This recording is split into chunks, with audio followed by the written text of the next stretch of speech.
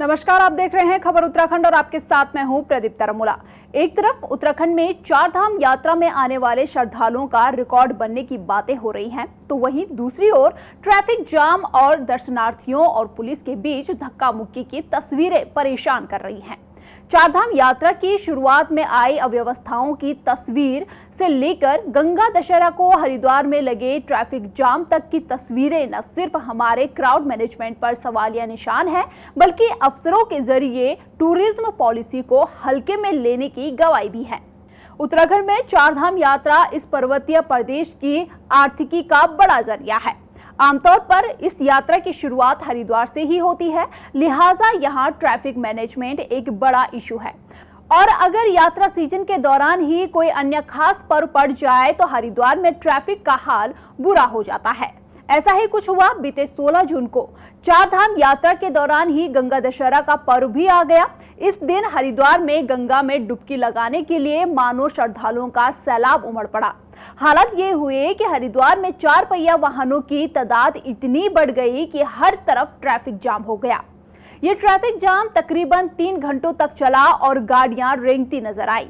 इस भीड़ में चारधाम यात्रा के लिए आए श्रद्धालु तो थे ही, साथ ही गंगा दशहरा के मौके पर हरिद्वार पहुंचे लोग भी थे।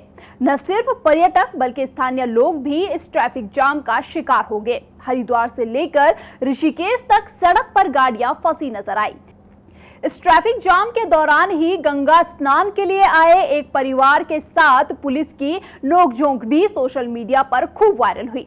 जहां इस वीडियो ने पुलिस पर सवाल उठाए तो ट्रैफिक जाम ने भी पुलिस या मैनेजमेंट को कटघरे में खड़ा कर दिया।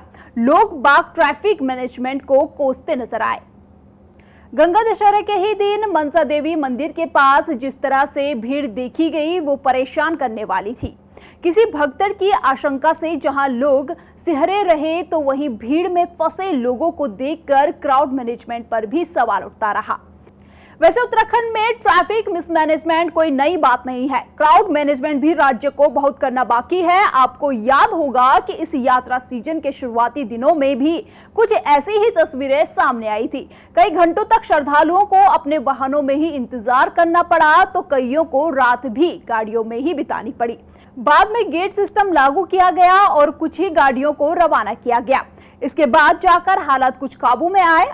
अब हरिद्वार से आई तस्वीरें फिर एक बार सरकारी अफसरों के कामकाज को लेकर सवाल खड़े कर रहे हैं। ऐसे में उत्तराखंड में पर्यटन और दर्शन पूजन की व्यवस्थाओं को लेकर कई सवाल लाजमी है। मसलन क्या राज्य में क्राउड मैनेजमेंट के लिए एक अलग व्यवस्था जरूरी है?